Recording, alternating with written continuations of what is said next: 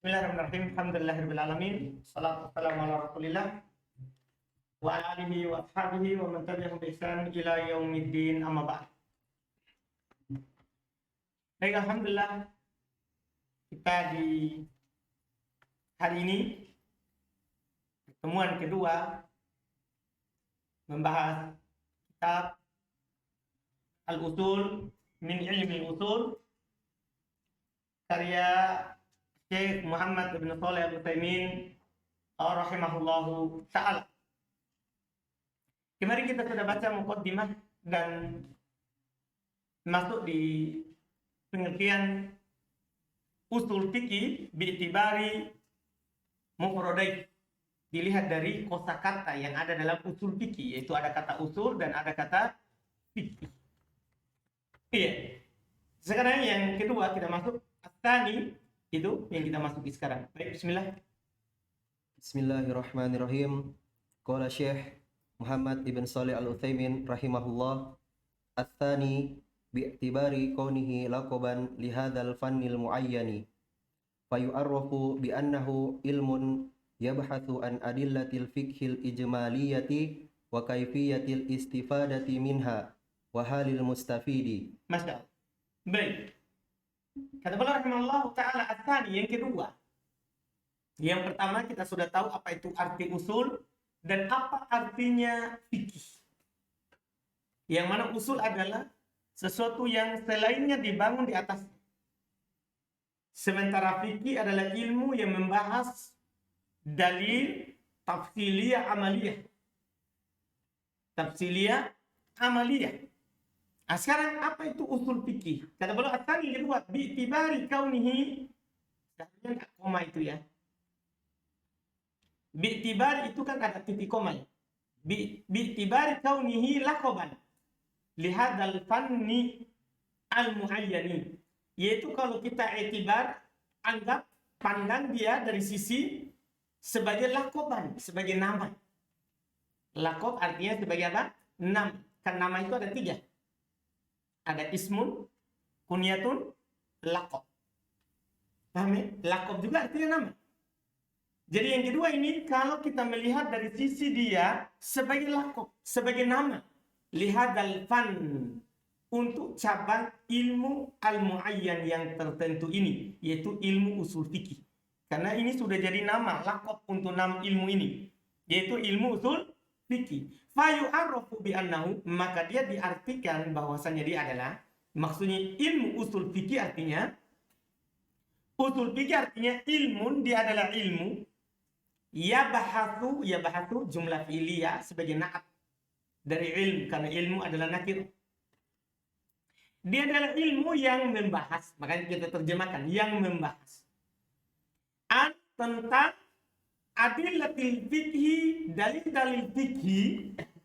Dia ilmu yang membahas tentang dalil-dalil fikhi al-ijmaliyah, tapi secara ijmal, secara global, bukan secara tafsili. Kalau fikhi membahas dalil fikhi secara rinci.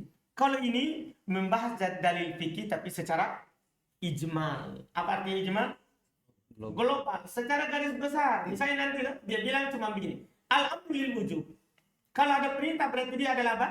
Wajib. Ini kan umum ini. Semua dalil fikih yang ada perintahnya berarti dia wajib. Semua dalil fikih yang ada perintahnya berarti dia apa? Wajib. Antum paham ini? Misalnya nanti ada kaidah, iya, di dalam an-nahyu litahrim. Larangan berarti menunjukkan apa? Haramnya. Dalil apa namanya ini? Dalil ijma. Karena setiap larangan dari dalil yang ada dalam syariat maka menunjukkan haram. Jadi dia membahas dalil fikih tapi ijmaliyah. Inilah bedanya kalau antum ditanya antara usul fikih dengan fikih. Fikih membahas dalil rinci di setiap masalah. Kalau usul fikih membahas dalil global. Satu dalil untuk setiap masalah. Iya. Wa kaifiyatu, itu yang pertama. Yang kedua, wa kaifiyatul istifadati minha, dan bagaimana mengambil faedah darinya. Kembali ke dalil. Jadi ilmu usul fikih membahas bagaimana cara antum mengambil faedah dari dalil fikih. Banggan. dari dalil apa? Fikih. Misal, kita katakan misalnya, kita anggaplah kita membaca satu dalil. Membaca satu dalil dalam fikih. Misalnya Nabi Sallallahu Alaihi Wasallam bersabda di hadis yang terkenal, innamal a'malu binniyat wa innamal likulli imri'in ma nawa. Hadis Umar bin Khattab. Tidak lain amalan itu tergantung pada niatnya. Dan setiap orang akan mendapatkan apa yang ia niatkan. Dibahas dalam ilmu usul fikih ini kata innama. Adatul hasr namanya, alat pembatasan. Ini contohnya. Nah, kalau ada alat pembatasan begini, itu menunjukkan bahwa tidak ada kalau dia tidak ada. Artinya kalau tidak ada niat, tidak ada amalan. Paham? Walaupun ada amalan, tapi kalau tidak ada niat, tidak ada amalan. Ada paham ini? Dari mana diambil pendalilan itu? Di sini.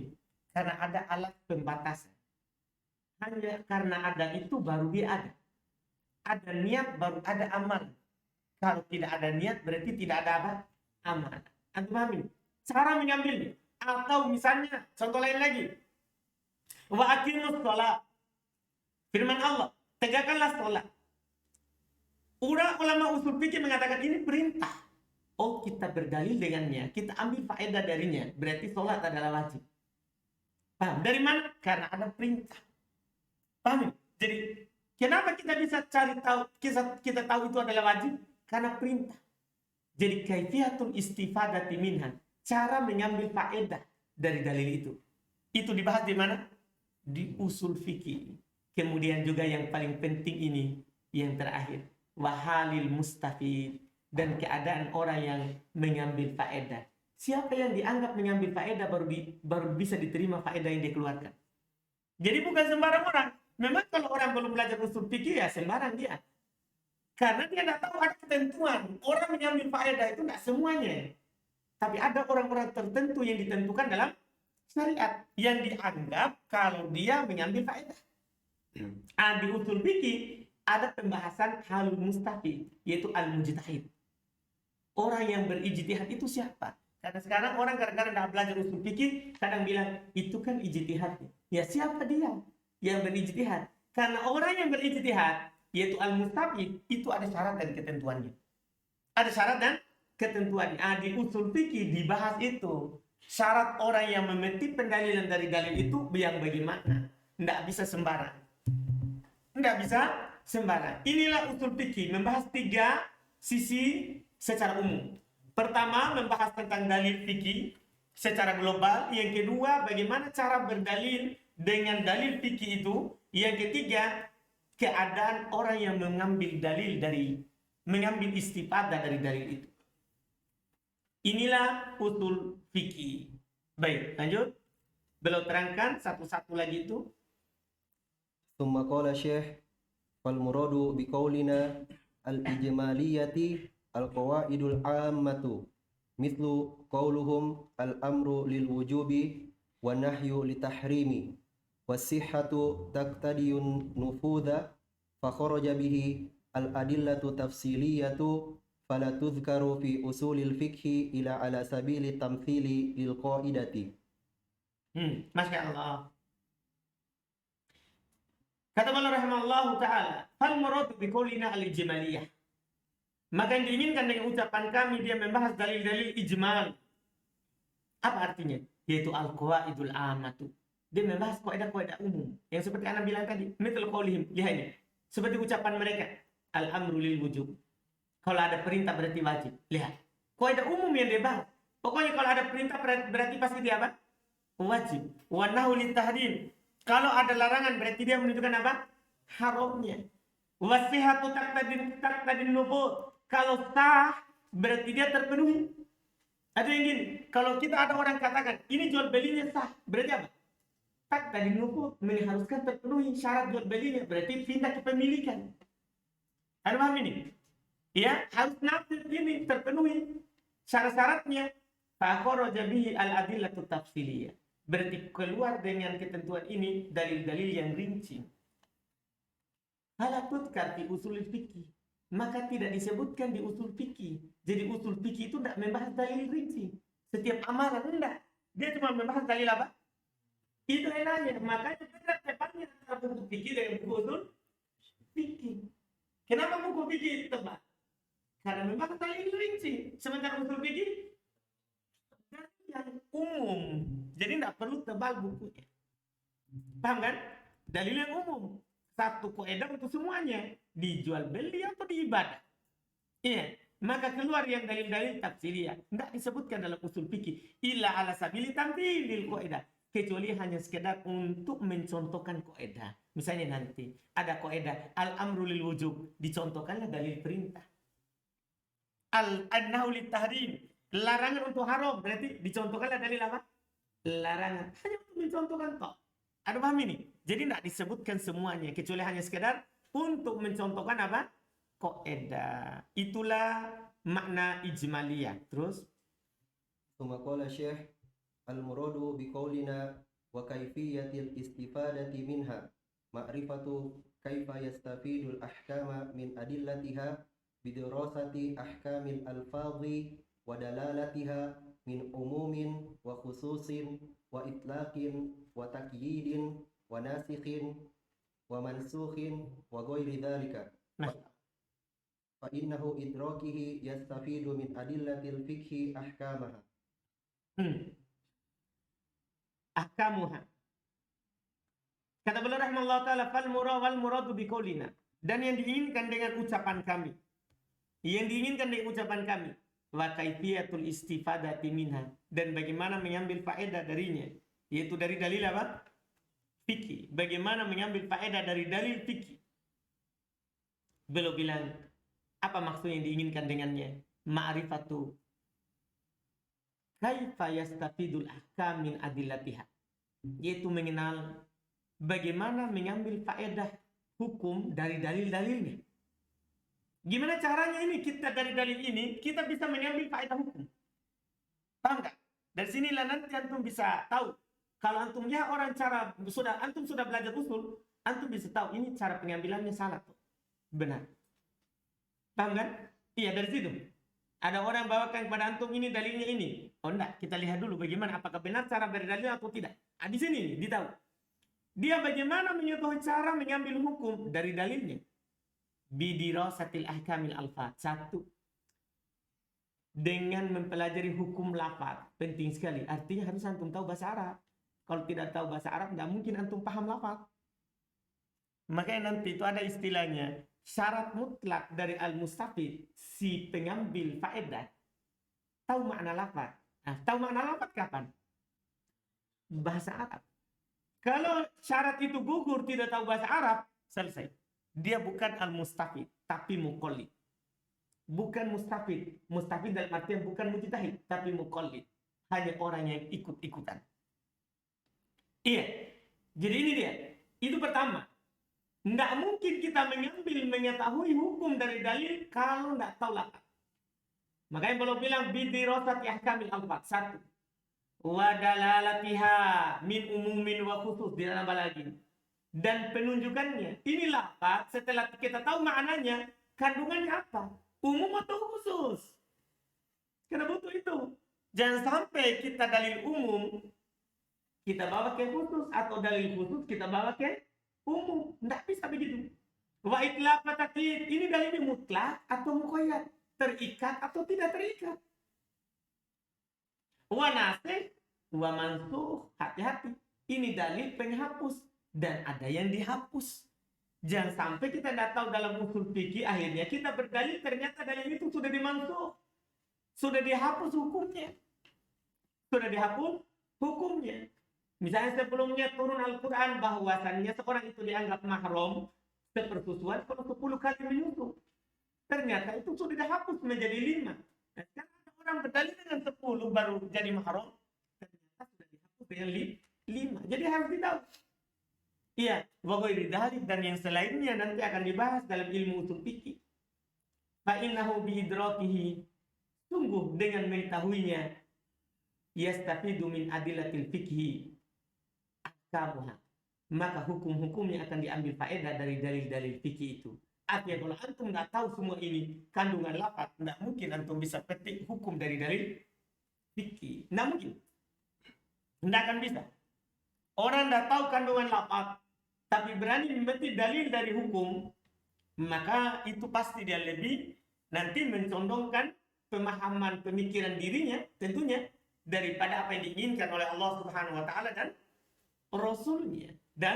Rasulnya. Jadi ini semuanya namanya bagaimana cara berdalil. Nanti akan kita tahu setelah belajar di dalam. Terus ثم قال الشيخ والمراد بقولنا وحال المستفيد معرفة حال المستفيد وهو المجتهد سمي مستفيدا لأنه يستفيد بنفسه الأحكام من أدلتها لبلوغه مرتبة الاجتهاد فمعرفة المجتهد وشروط الاجتهاد وحكمه ونحو ذلك يبحث في أصول الفقه.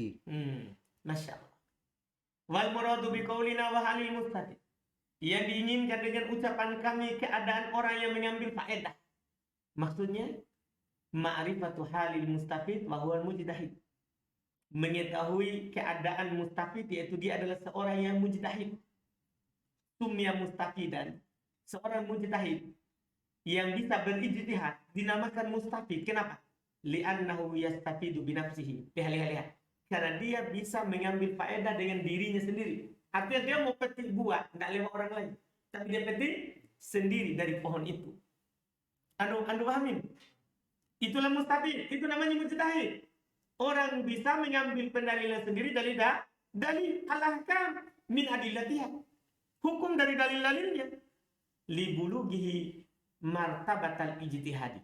Karena dia sudah mencapai kedudukan ijtihad. Apa itu? Famakrifatu. Sekarang, kapan kita dikatakan baru sampai ke martabat ijtihad? Ini penting. Jangan sampai kita memposisikan diri kita lebih besar daripada keadaan kita sendiri. Ini bahaya. Ini sebenarnya gara-gara belum belajar sebenarnya usulnya, dasarnya.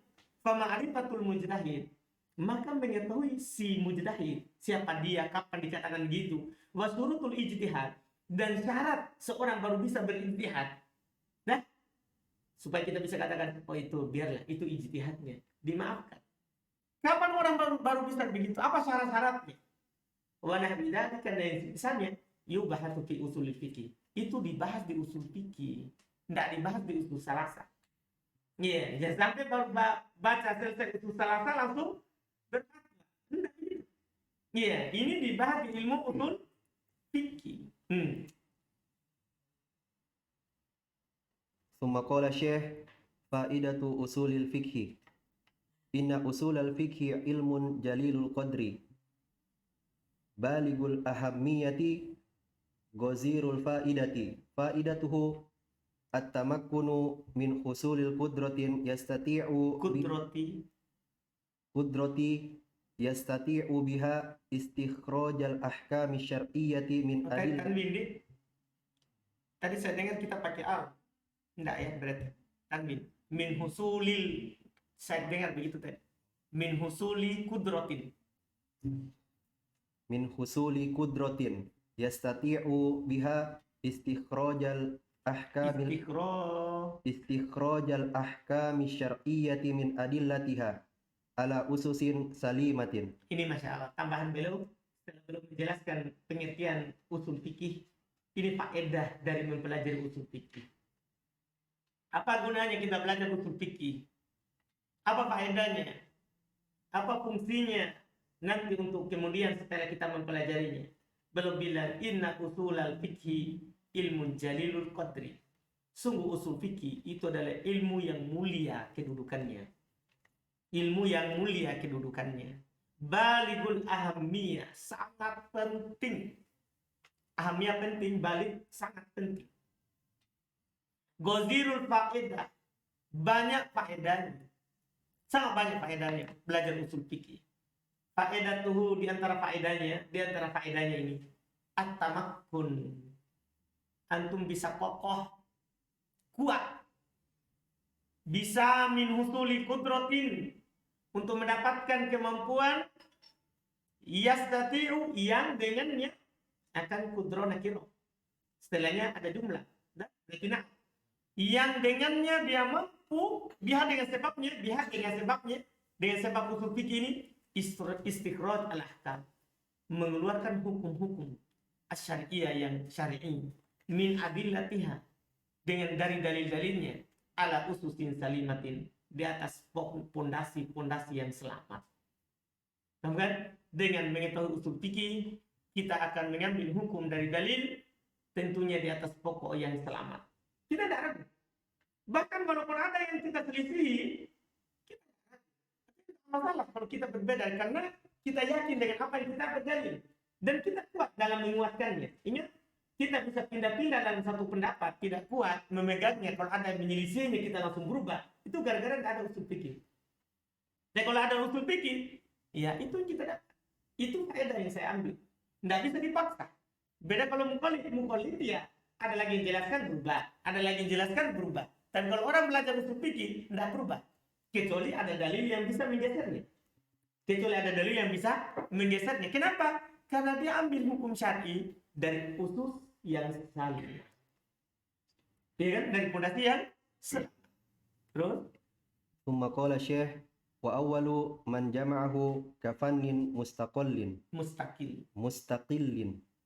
Al-Imam Syafi'i Muhammad ibnu Idrisa rahimahullahu, thumma taba'ahu al-ulama'u fi dhalika fa'allafu fihi at-ta'alif al-mutanawwi'ata ma baina manthurin wa manzumin wa mukhtasarin wa mabsutin hatta sara fannan mustaqillan lahu kiyanuhu wa mumayyizatuhu. Masya Allah. Kemudian kalau katakan awal man jama'ahum, yang pertama sekali yang mengumpulkannya, paham kan? Ya, yang pertama sekali yang mengumpulkannya mustaqil, kafanin mustaqilin, seperti satu bidang ilmu yang tersendiri, adalah Al-Imam Asy-Syafi'i Muhammad bin Idris rahimahullah. Paham kan? Orang yang pertama sekali mengarang usul fikih seperti satu bidang ilmu tersendiri adalah Imam Syafi'i. Masya Allah. Ini amalan beliau yang paling besar. Ya, yaitu di kitab apa itu yang beliau tulis? Ar-Risalah. Ya, Ar-Risalah yang kedua yang menyebar. Iya, ini Imam Syafi'i rahimahullah. Kemudian setelah itu ulama mengikuti beliau dalam hal itu. Mereka tulis karangan yang sangat banyak dan beraneka ragam. Ada yang mantur, ya, ucapan biasa seperti kita buku ini, ada yang mendum, ada yang berupa nazam, bait syair, ada yang mukhtasar dan ada yang mabsut, ada yang ringkas dan ada yang luas, hatta sorofan dan mustaqilan, sampai dia menjadi satu bidang ilmu yang tersendiri. Lahu kiyanuhu wa mumayyizatuhu, dia memiliki ciri tersendiri dan perbedaan yang tersendiri. Ini ilmu usul fikih. Kemudian kita lanjut lagi berikutnya.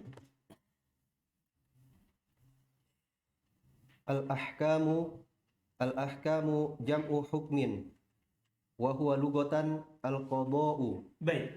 Kemudian kata beliau berikutnya, ini artinya pembukaan-pembukaannya ini. Ya, karena nanti kita akan berbicara tentang hukum. Apa itu hukum? Begitu. Kita sudah tahu usul fikih. Sekarang apa itu hukum? Karena dia kita akan berbicara hukum itu, ini hukumnya ini. Apa hukum? Apa artinya hukum? Belum jelaskan dulu. Sekarang al-ahkam. Al-ahkam jam'u hukmin. Ahkam itu jamak dari hukum. Mufradat itu penting sekali ternyata. Ahkam itu jamak dari hukum. Maksudnya mufradnya hukum, jamak taksirnya ahkam. Ya, wa lughatan, dia secara bahasa al-qadha. Hukum secara bahasa adalah al-qadha. Jadi al-qadha adalah al-ahkam, al-ahkam adalah al-qadha. Sama, qadha ketentuan. Secara hukum, secara bahasa ada artinya hukum, artinya ketentuan, ketetapan. Ya, secara istilah yang paling penting. Tsumma qala Syekh, wastilahan maqtadahu khitabu syar'i muta'alliqu bi af'alil mukallafina min talabin aw takhirin aw wad'in. Masya Allah. Adapun hukum secara istilah menurut pandangan syar'i, apa itu hukum? Yaitu maqtadahu, apa yang diharuskan oleh kitab syar'i, oleh kitab asyari. Kitab syar'i maksudnya dalil dari kitab dan sunnah.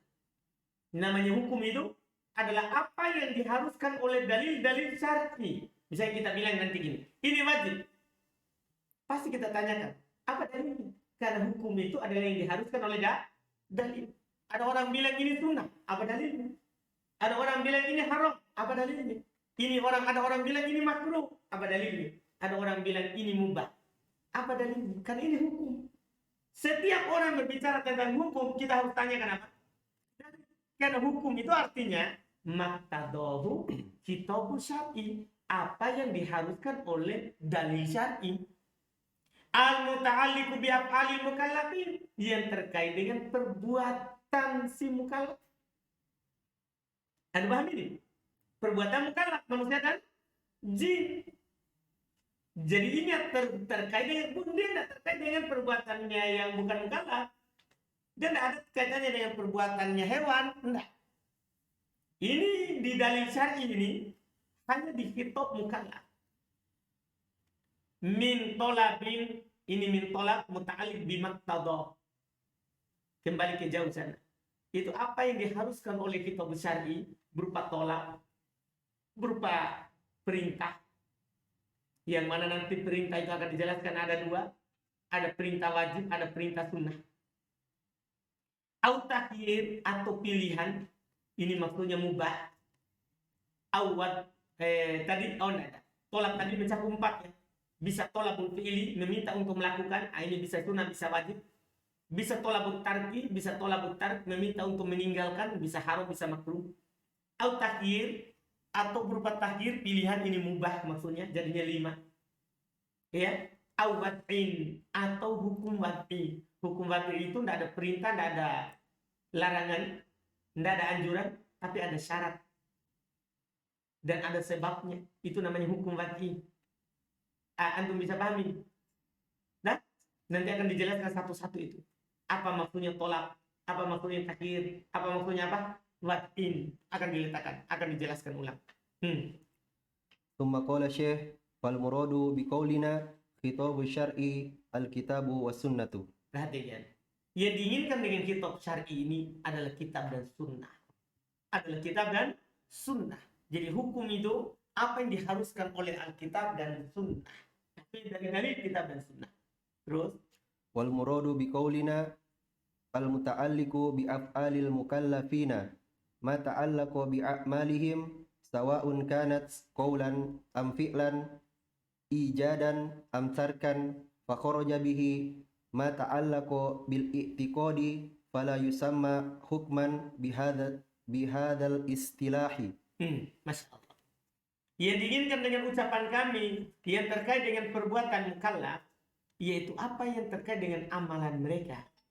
Sama saja apakah ucapan atau perbuatan, apakah ijadan, pengadaan, atau tarkan, atau dia meninggalkan. Dia melakukan ataupun dia meninggalkan. Semua itu masuk dalam af'al mukallafin. Maka keluar dengannya apa yang terkait dengan keyakinan. Dia tidak dinamakan hukum dengan istilah ini. Karena hukum itu terkait dengan apa? Amalan. Paham gak ini? Bukan keyakinan. Bukan keyakinan. Terus? Tsumma qala Syekh wal muradu biqaulina al-mukallafina ma min sya'nihim at-taklifu fayashmalu as-saghira wal majnuna. Yang diinginkan dari ucapan kami mukallaf yang dibebani, itu apa yang merupakan perkara mereka itu ada taklifnya, ada beban syariatnya, maka mencakup anak kecil dan yang gila. Paham kan? Yang penting ada mukallafnya, ada taklifnya. Misalnya kan taklif itu kan tergantung, ada hak badani, ada hak maliyah kan begitu. Misalnya anak kecil, secara badannya tidak dibebankan sholat, tapi kalau dia punya harta, kan harus dia keluarkan apa?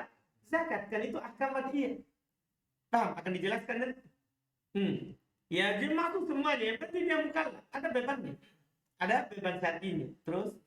Tsumma qala Syekh wal muradu biqaulina min talabin al-amru wan nahyu sawa'un ala sabilil ilzami awil afdoliyati. Yang diinginkan dengan ucapan kami min tolak berupa tolak, di sini maksudnya al-amr. Pertama masuk di dalamnya perintah. Karena tolak itu namanya perintah.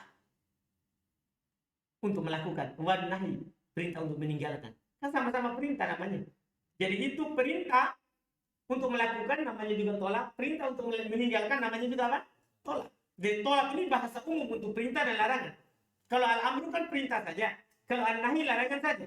Umumnya at-tolak. Paham gak ini? Jadi mencakup amr wan nahi. Sama saja ala sabilil ilzam.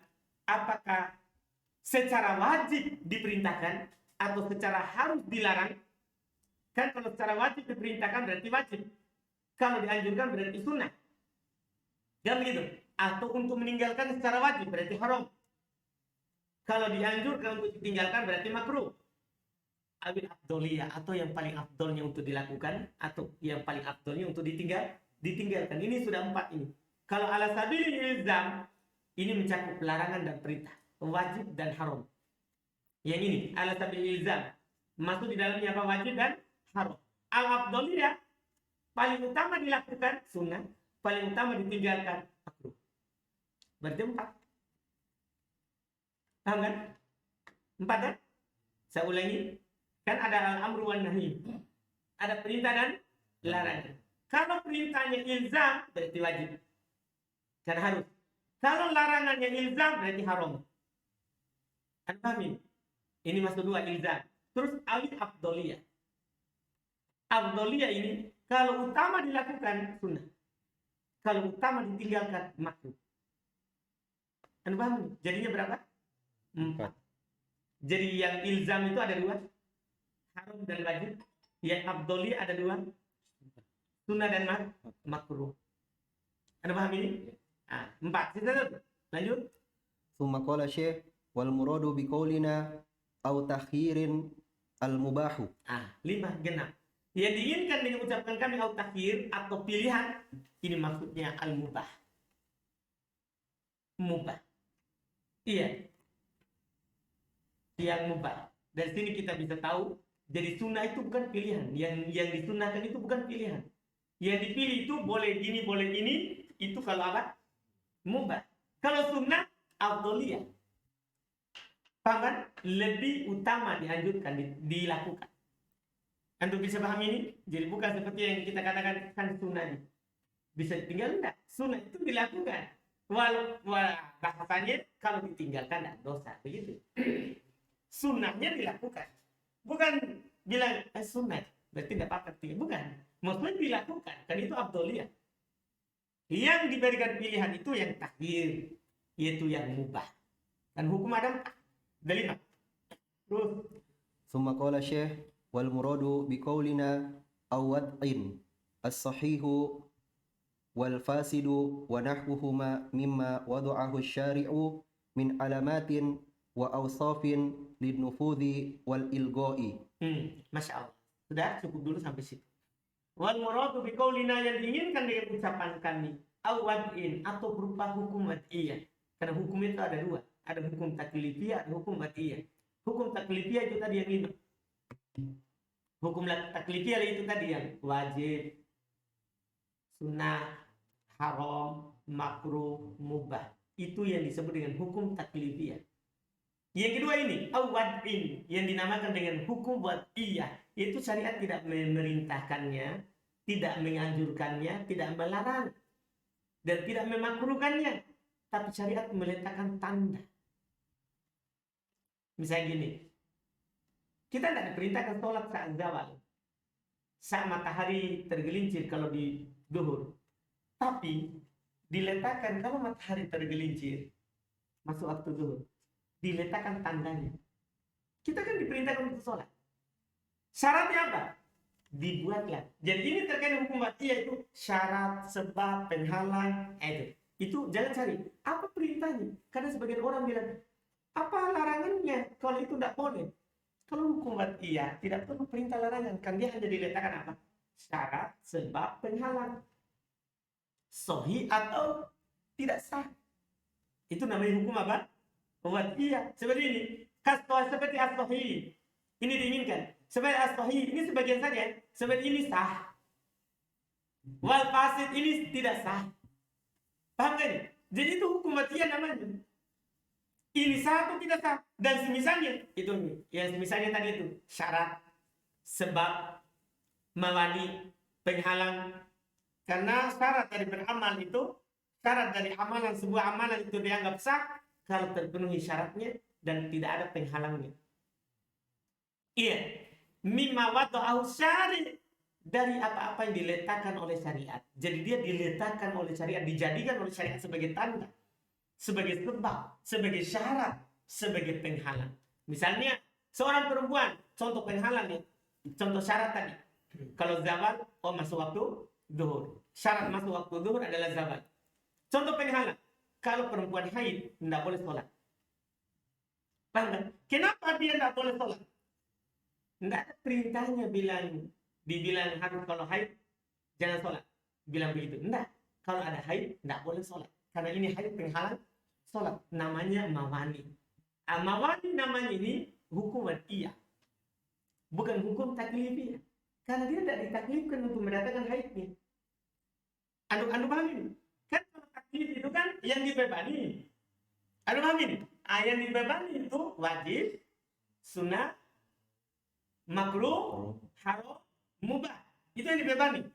Kalau haid, tidak dibebani untuk mendatangkan haid. Tapi kalau ada, tidak boleh. Begitu. Sama dengan tadi, kita tidak dibebani supaya membuat matahari itu zawal. Itu hukum taklifiyah namanya kalau begitu. Ini tidak. Kita cuma menanti zawalnya. Ada paham kan? Itu hukum wad'iyah. Jadi syariat wad'ah.